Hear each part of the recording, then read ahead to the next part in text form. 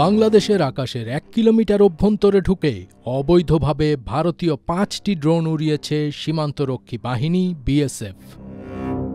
গতকাল শুক্রবার রাতে কুড়িগ্রামের বৌমারী উপজেলার বড়াইবাড়ি ও বারাবান্দা সীমান্তের গ্রামের ওপরে ভারতীয় কাকরিপাড়া বিএসএফ ক্যাম্প থেকে এ ড্রোনগুলো উড়ানো হয়েছে।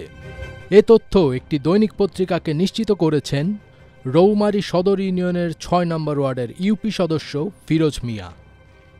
ফিরোজ মিয়া আরও বলেন, গত ২৭ মে বড়াইবাড়ি সীমান্তের ১,০৬৭টি মেইন পিলার দিয়ে আসামের ১৪ জন ভারতীয় নাগরিককে বিএসএফ কর্তৃক পুশিং করার পর থেকে ভারত বিভিন্নভাবে বাংলাদেশে নজরদারি করছে।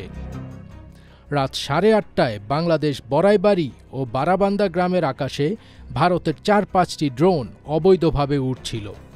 এছাড়া বড়াইবাড়ি বিজিবি ক্যাম্পের ওপরও ড্রোনগুলো উড়িয়ে পর্যবেক্ষণ করছে ভারতীয় সীমান্ত রক্ষা বাহিনী বিএসএফ। তিনি আরও বলেন, ভারতের এমন আচরণে তীব্র নিন্দা ও প্রতিবাদ জানাচ্ছি, পাশাপাশি রাষ্ট্রীয়ভাবে এর প্রতিকার চাই। কেন বাংলাদেশের ওপর ভারত এরকম বৈরী আচরণ করছে?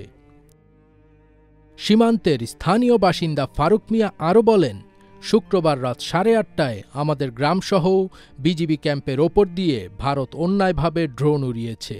এতে সীমান্তবর্তী সাধারণ মানুষের মাঝে আতঙ্ক সৃষ্টি হয়েছে। ভারতের এসব ড্রোন উড়ানো বন্ধে সরকার যেন দ্রুত পদক্ষেপ নেয়। তা না হলে সীমান্তে বড় ধরনের দুর্ঘটনা ঘটাতে পারে বিএসএফ। উল্লেখ্য যে এর আগে গত মঙ্গলবার সকাল ১০:৪৫ পুশিং উত্তেজনার মধ্যে রৌমারী সীমান্তের বড়াইবাড়ি সীমান্ত এলাকায় ড্রোন উড়িয়ে ওই নাগরিকদের পর্যবেক্ষণ করছিল বিএসএফ। একই দিন রাত ১০:৪০ সাহেবের আলগা বিওপি এলাকায় ৩টি ড্রোন উড়িয়েছিল ভারতীয় সীমান্ত রক্ষা বাহিনী।